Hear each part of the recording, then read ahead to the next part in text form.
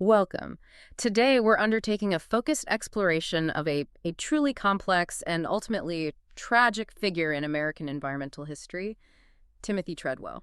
That's right. For 13 summers, he lived among wild brown bears. In the remote parts of Katmai National Park, Alaska, he was documenting his life, cultivating this deep, as we'll see, incredibly controversial bond with these apex predators. And the story of Timothy Treadwell is famous, I think, mostly because of how it ended. Its devastating conclusion. Exactly. On October 5th, 2003, Treadwell and his companion, Amie Huguenard, were killed and partially consumed by a bear.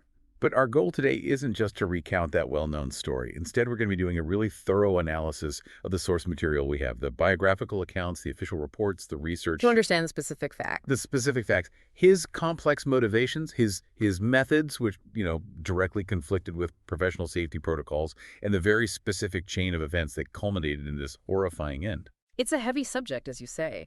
And when we examine a life like this, a boundary-pushing naturalist, we have to approach the facts with the seriousness and the sympathy they deserve. Absolutely. Recognizing the profound loss for the victims and their families. Our material really centers on a detailed biographical account. It charts his life, before he even found the bears, his 13 demanding years in Alaska, and then it drills down into the hour-by-hour timeline of that fatal encounter. And what immediately stands out in the source material is the sheer drama of his character arc. I mean, we're looking at a man who successfully engineered a completely new identity, a new purpose. A purpose so profound. So profound that it basically overrode his own instinct for self-preservation. This intense focus placed him year after year on what you can only describe as an undeniable collision course with the unyielding biological realities of the natural world. But this isn't just a story about a man and bears. No, not at all. It's about transformation. It's about what looks like addiction transference, and it's about the real dangers of extreme anthropomorphism.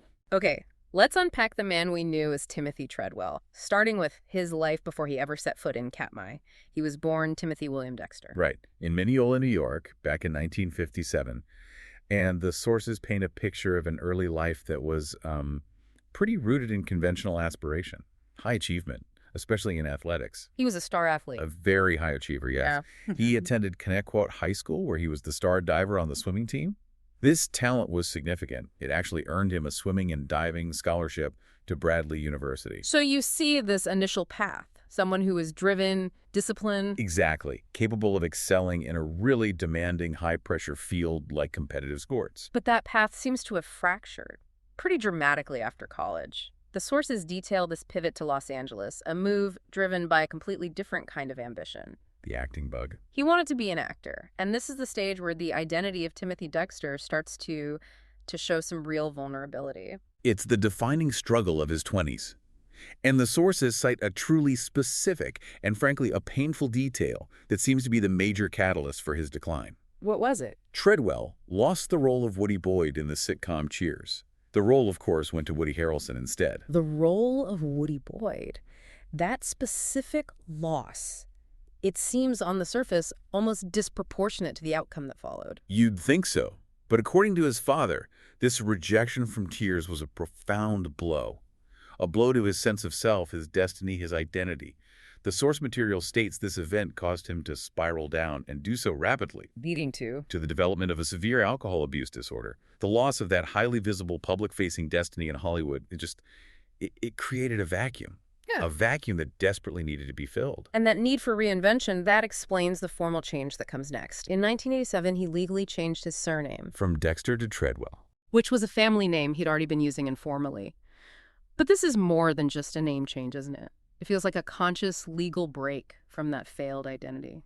The aspiring actor, the struggling athlete. It's precisely that. It's an exercise in self-recreation. But the ultimate catalyst for the mission we all know him for came a little later. As he details in his own book, Among Grizzlies, the real rock-bottom moment was surviving a near-fatal heroin overdose in the late 1980s. And here's where that personal crisis and his ultimate mission just become inextricably linked.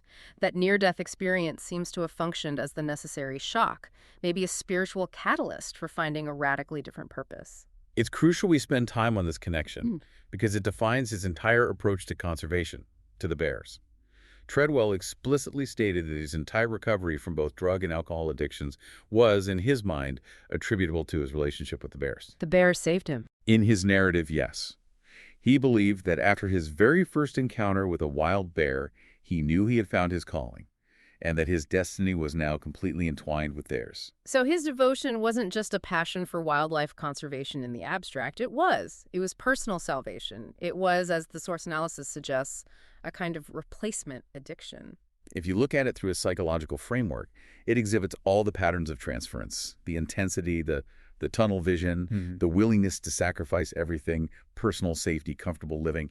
It mirrored the all-consuming nature of addiction. The high he was chasing wasn't chemical anymore. No, it was spiritual, it was existential. He replaced a destructive dependency on substances with a life-affirming yet, as we now know, a highly dangerous dependency on the validation he felt he received from his proximity to these magnificent wild animals. And if his whole purpose was rooted in that personal salvation, how did that affect his judgment, his ability to accept professional guidance on safety? It made him essentially impervious to criticism.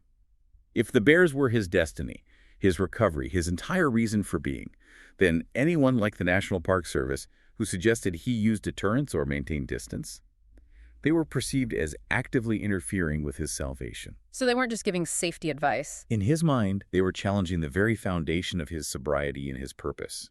And this is why his devotion was so absolute, but his methodology was so fatally flawed. Because he could not or would not conceive of the possibility that the animals he loved might not reciprocate that very complex, very human emotion. With this intense, all-consuming personal mission now in place, Treadwell began his Alaskan expeditions in 1990. For 13 consecutive summers, right up until 2003, he dedicated his life to living among these coastal brown bears. Specifically, the subspecies Ursus arctos, a formidable animal, and all within Katmai National Park and Preserve. This was a monumental commitment. We're talking about months at a time in extreme isolation, often facing treacherous weather, and always with the constant, inherent risk of living in the heart of apex predator territory. Over these years, he developed a really personalized geography within the park. He even had his own names for his different camping locations. Let's focus on those locations for a moment because the shift between them seems to illuminate his increasing comfort level, or maybe his increasing tolerance for risk. That's a great point. Early in the season, he favored an open area of bear grass in Hallow Bay. He called it the Big Green, or, more affectionately, the Grizzly Sanctuary. The sanctuary, what was the significance of that spot? Well, he came sure it was important because it was an open environment, you had good visibility. It was where he often encountered the bears he claimed to know well, the ones he had named and interacted with over multiple seasons. That open space offered a natural degree of safety, right? A bear approaching could be seen from a distance. But later in the summer, he would move. He'd change locations to an area that it sounds inherently more dangerous. An expanse of especially thick brush in Kaflia Bay that he called the Grizzly Maze.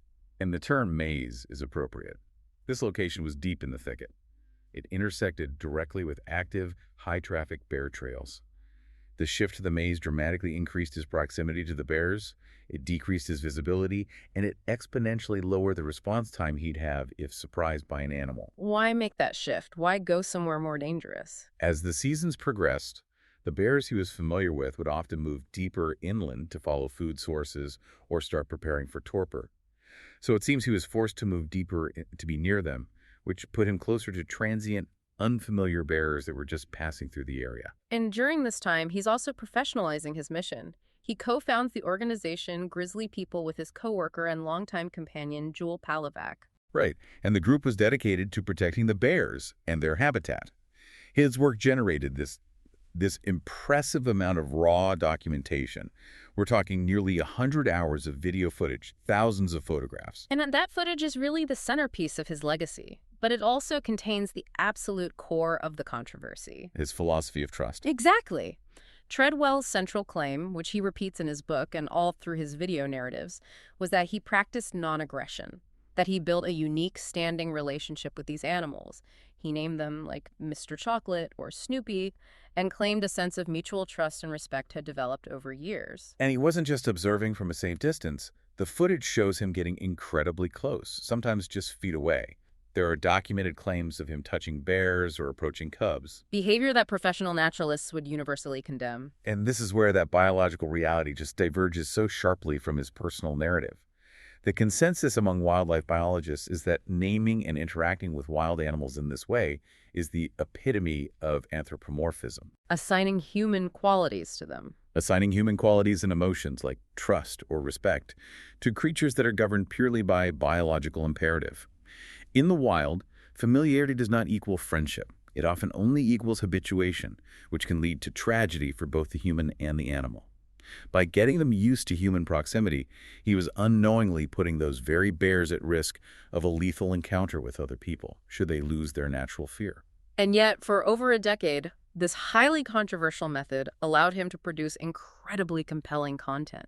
He gained significant public recognition. Oh, absolutely. By 2001, his notoriety secured him major media appearances.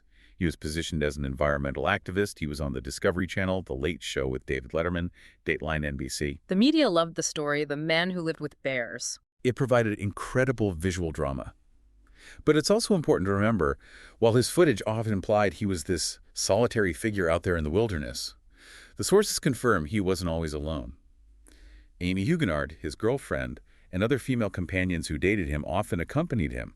You can hear them behind the camera in a lot of the footage from his later summers. So this collaboration provided a crucial level of support and documentation for him. It did, but it also expanded the circle of risk. Now, if you look objectively at the source material, the tragedy of October 2003, it wasn't a total surprise to the professional community. Not at all.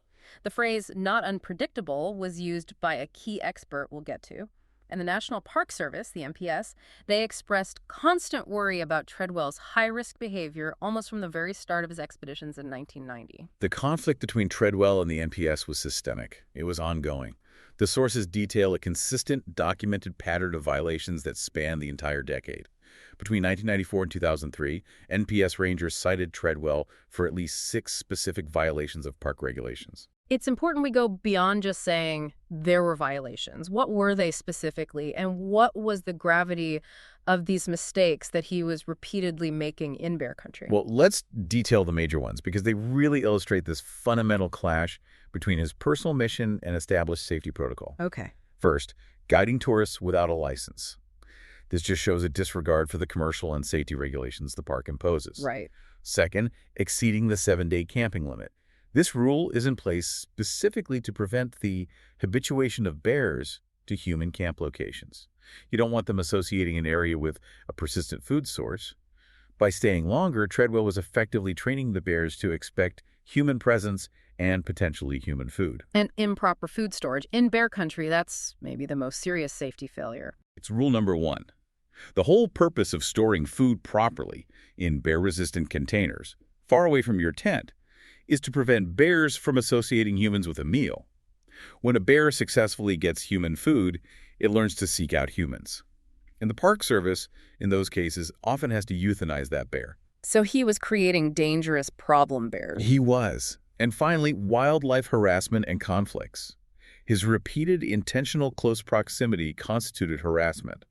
It was an interference with their natural processes, forcing wildlife to alter their behavior simply because he was there. The systemic risk he created was immense. He was, in effect, teaching these wild animals that boundaries didn't exist and undermining the very protection the NPS was trying to enforce for everyone else in the park. And critically, on top of all that, he persistently refused to implement basic, non-lethal, life-saving measures that are just. Their standard operating procedure in any environment with apex predators. Such as? He refused to install an electric fence around his camp, and he refused to carry bear spray as a deterrent. An electric fence provides a safe, non-lethal psychological barrier. It's standard. Why the absolute refusal? The refusal was philosophical. It's tied directly back to his personal salvation narrative. The sources, including his own accounts, confirm he viewed these safety measures as an affront to his special relationship with the bears. He actually wrote about this, didn't he? He did. In his book, Among Grizzlies, he recounts one single occasion, back in 1997, where he did resort to using bear mace. He wrote that he experienced terrible grief afterward. He felt this immense guilt over the pain he perceived it had caused the bear.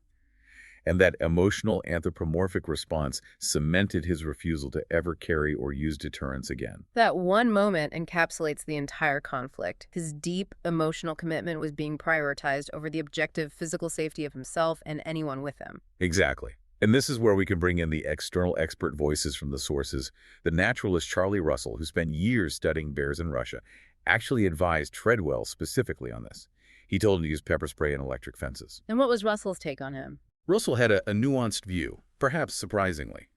While he was deeply critical of Treadwell's failure to follow basic safety, stating he was playing chicken with the animals, Russell also praised his devotion.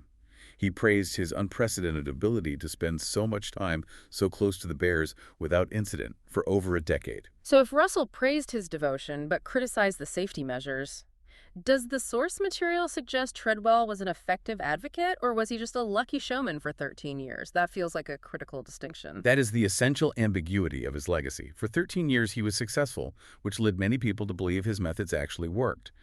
This success reinforces that showman element, especially given his background and performance. But the sources suggest the outcome was due less to his unique bond and more to, well, to luck, combined with the fact that he was primarily interacting with bears who had become familiar with his scent and presence. And when an unfamiliar bear arrived, as was the case in 2003, the luck ran out. That's the theory. And the most definitive condemnation comes from Tom Smith, a research ecologist with the U.S. Geological Survey's Alaska Science Center.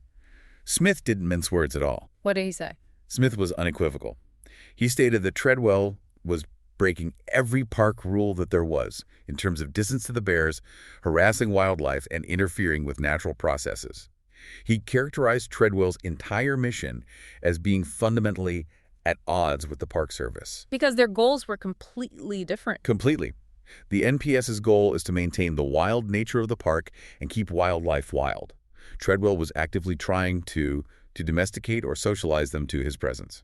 And Smith's final chilling conclusion, that Treadwell's death was not unpredictable. Yes, that speaks to the systemic long-term risk created by his choices. It suggests that statistically, given his disregard for safety, a fatal encounter was really a matter of when, not if. We absolutely must turn our attention now to Amie Huguenard, who tragically perished alongside Treadwell. Yes. Amie was born in 1965. She was a highly educated physician assistant.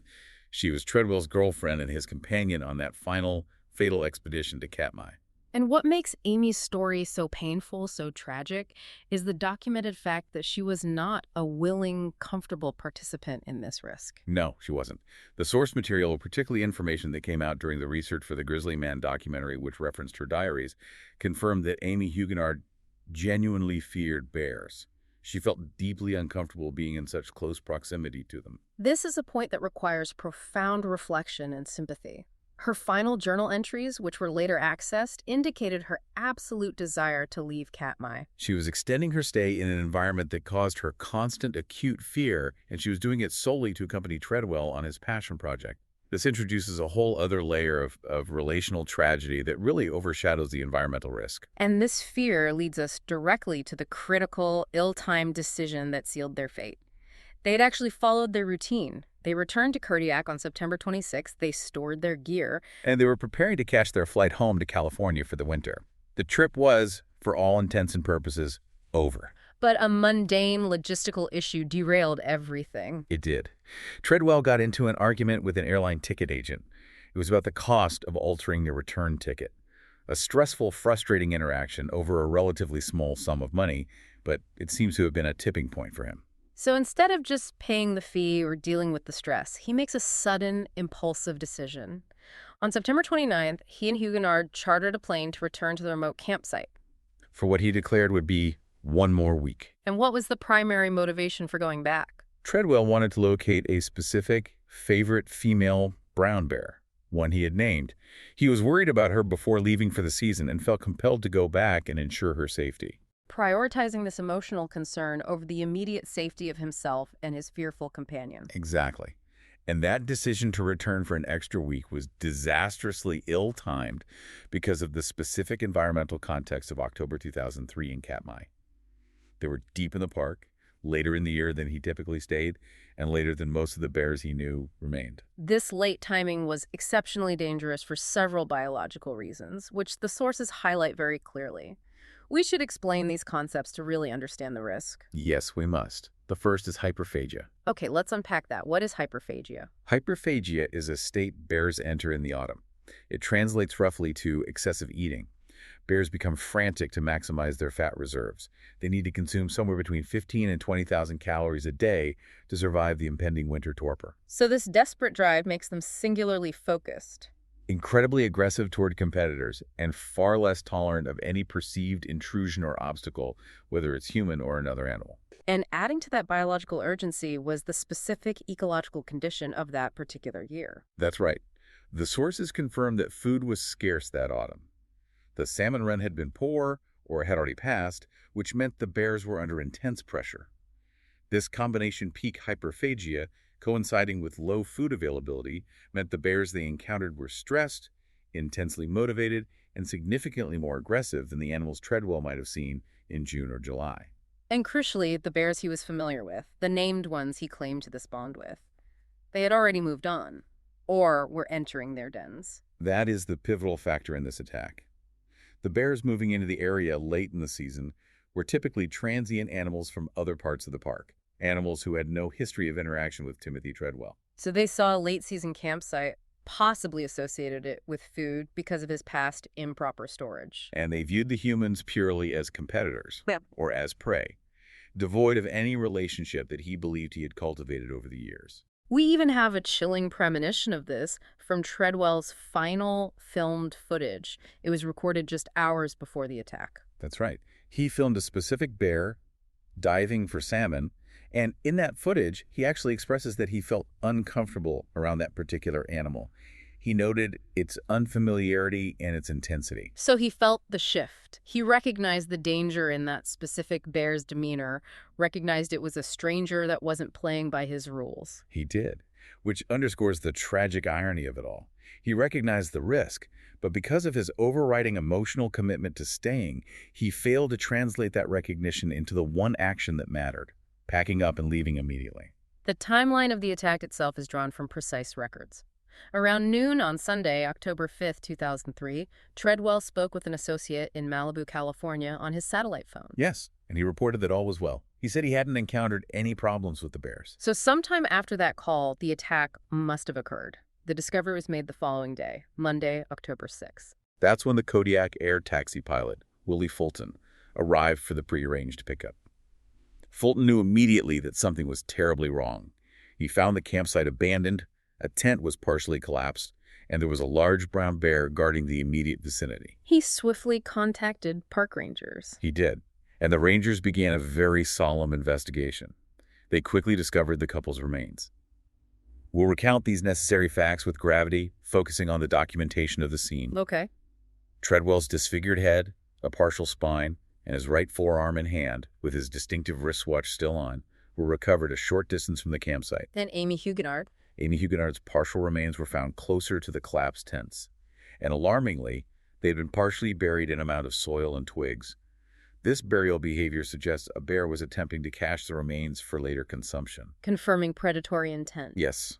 The investigation immediately required the removal of the threat, and 2 bears were killed during the response. The first one was the bear guarding the camp. Right. The primary animal killed was a large male bear, later identified as Bear 141. It was actively protecting the campsite and the area where the remains were found. Rangers had to shoot it when it exhibited extreme aggression and charged the group. A second, adolescent bear was killed shortly after, when it also charged the investigating rangers. The forensic evidence here was crucial in establishing causality. Absolutely. An immediate on-site necropsy of the large male, Bear 141, revealed definitive evidence. Human body parts, including fingers and limbs, as well as remnants of clothing, were found in its stomach. So that confirmed conclusively that this specific bear was the primary aggressor? Yes, responsible for the deaths of both Treadwell and Huguenard. The younger bear was consumed by other animals before a necropsy could be performed, but its secondary involvement was suspected. And beyond the remains, the most crucial piece of evidence recovered was the video camera. It wasn't just there, it was operating during the attack. The camera recorded the entire event, But with a critical caveat, the lens cap was still on. This seemingly small detail is vital for understanding the sequence of events. It suggests that Treadwell and Huguenard were likely in the middle of setting up for another filming sequence when the attack began. Oh, we're distracted. Focused on their equipment and unprepared. If they had just been relaxing, the camera would likely have been put away. And the recorded audio. It runs for approximately 6 minutes before the tape ends. It documents the entire attack. It is, understandably, extremely difficult to process. The audio is harrowing, and it provides a moment-by-moment account of the terror. It begins with Treadwell's panicked scream, "Come out here! I'm being killed out here!" The analysis of the recording indicates the speed and the brutality of the attack. And Amie Huguenard, she's on the recording as well. She is. You can hear her attempting to respond to the crisis. Initially, she instructs Treadwell to play dead, which is often the advice given in a defensive encounter with a bear. But it's tragically the wrong advice when dealing with a predatory attack. And her next actions were heroic, though ultimately fatal. She is heard attempting to intervene physically, screaming and attacking the bear to try and defend Treadwell. It demonstrates immense courage in the face of just insurmountable danger. The recording ends shortly after that, capturing the chilling sounds of the bear carrying Treadwell off into the thicket and their final moments. The historical context here just adds another layer to this tragedy. Despite the high concentration of brown bears in Katmai and the long history of human presence there, this was the first known incident of a person being killed by a bear in the entire 85-year history of Katmai National Park and Preserve. That fact alone is stark. It underlines the extraordinary nature of the circumstances. It wasn't that Katmai was inherently too dangerous for humans. It was this specific, unusual combination of factors. The late season, the lack of food, the presence of transient bears, Treadwell's refusal of deterrence, and the unfortunate timing of the attack while they were preoccupied with their camera. All of that created the conditions for this unique and fatal outcome. Following the investigation and the immense media attention around the tragedy, the organization Treadwell had founded, Grizzly People, they actively sought to shape his legacy. They did. They argued that his controversial presence actually served a vital protective function for the bears. They advanced a specific claim, didn't they? Yes, asserting that 5 bears were allegedly poached in the year following his death. They contrasted this with their claim that no bears had been poached in that specific area, while Treadwell was present during those 13 summers. It was used as a powerful, emotional justification for the extreme risk he undertook. But the sources we have provide necessary factual context that challenges that direct protective impact he was claimed to have had. Indeed. Court records that were reported by the Anchorage Daily News introduced a critical counter-detail. These records indicated that the alleged poaching incidents occurred along a place called Funnel Creek, which is an area where there is no evidence that Treadwell ever camped or established a persistent presence. Exactly. Which suggests that while poaching may have tragically occurred, the claim that Treadwell's physical presence was actively deterring poachers across the whole park it's factually shaky, at least concerning those documented incidents. Regardless of the poaching controversy, I think the most enduring part of his legacy is undoubtedly the 2005 documentary from the legendary filmmaker Werner Herzog, Grizzly Man. Grizzly Man. The film relied so heavily on Treadwell's extensive, highly intimate video footage, combined with interviews from people who knew him. Herzog had an unparalleled vault of material to work with, and his praise for the sheer quality and intimacy of Treadwell's footage is widely noted. It provided an unprecedented, unfiltered look into the lives of these animals and Treadwell's relationship with them. No other footage quite like it existed. However, the film is really defined by this central, profound philosophical disagreement between the subject and the director. That disagreement is the film's intellectual core. Treadwell viewed nature as harmonious. He was seeking order and love and mutual respect. He anthropomorphized the bears. He saw them as kindly fellow creatures. And Herzog. Herzog, on the other hand, explicitly disagreed with this romanticized view.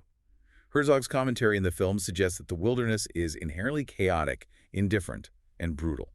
It's a realm of overwhelming, objective biological forces that are completely divorced from human concepts of trust or affection. That distinction is paramount. Treadwell projected his own need for salvation onto the bears. Herzog viewed the wilderness as pure, unyielding anarchy. And that intellectual friction is what makes the documentary so compelling. It elevates it beyond just a tragic news story. And this story generated so much interest that the analysis of his life continued well after the film. The documentation of Treadwell's later years led to spin-off miniseries that further used his records. Things like the Grizzly Man diaries, an 8-episode series that chronicled the last decade of his life using his diary entries, footage, and photographs. And another one called Diary of the Grizzly Man. Yes, which also relied heavily on his original footage, supplemented by the diary readings. So ultimately, analyzing all of this source material, from his early life setbacks to the NPS warnings to the forensic details of the attack, it illustrates a profound, multifaceted story. It's an intersection of human passion, severe personal risk born from a search for identity, and the unyielding, impersonal realities of the natural world. Treadwell saw destiny and redemption in the wilderness. He was filling a profound personal void. But his fatal flaw was the failure to create a boundary between his deep emotional need and the objective biological imperatives of the animals he claimed to protect. He loved the bears, but he fundamentally misunderstood the inherent nature of their wildness and the critical importance of keeping that wildness intact. So in concluding this analysis, we've covered the entire complex character arc. Timothy Dexter's transformation into Timothy Treadwell, the psychological roots of his mission as a form of recovery, The clear conflict between his personal approach and established park safety regulations. and the specific tragic circumstances, exacerbated by late-season timing, scarce food, and that ill-fated decision to return, that culminated in the devastating loss of both his life and Amie Huguenard's in Katmai. And this brings us to a final provocative thought that we must consider, one that's rooted in the tragic facts documented about Amie Huguenard's state of mind. Okay. Given her fear of bears and her final journal entries indicating her profound discomfort and her desire to leave the park facts clearly established in the source materials, how much responsibility does one person bear for influencing another to stay in an environment where they express profound fear and discomfort, especially when that environment is known to be hostile and carries obvious lethal risk? It's a challenging question. It is, and it highlights the complex relational dynamics that were intertwined with the pursuit of his personal extreme risk. A deeply unsettling question and absolutely essential context for this story. Thanks for listening.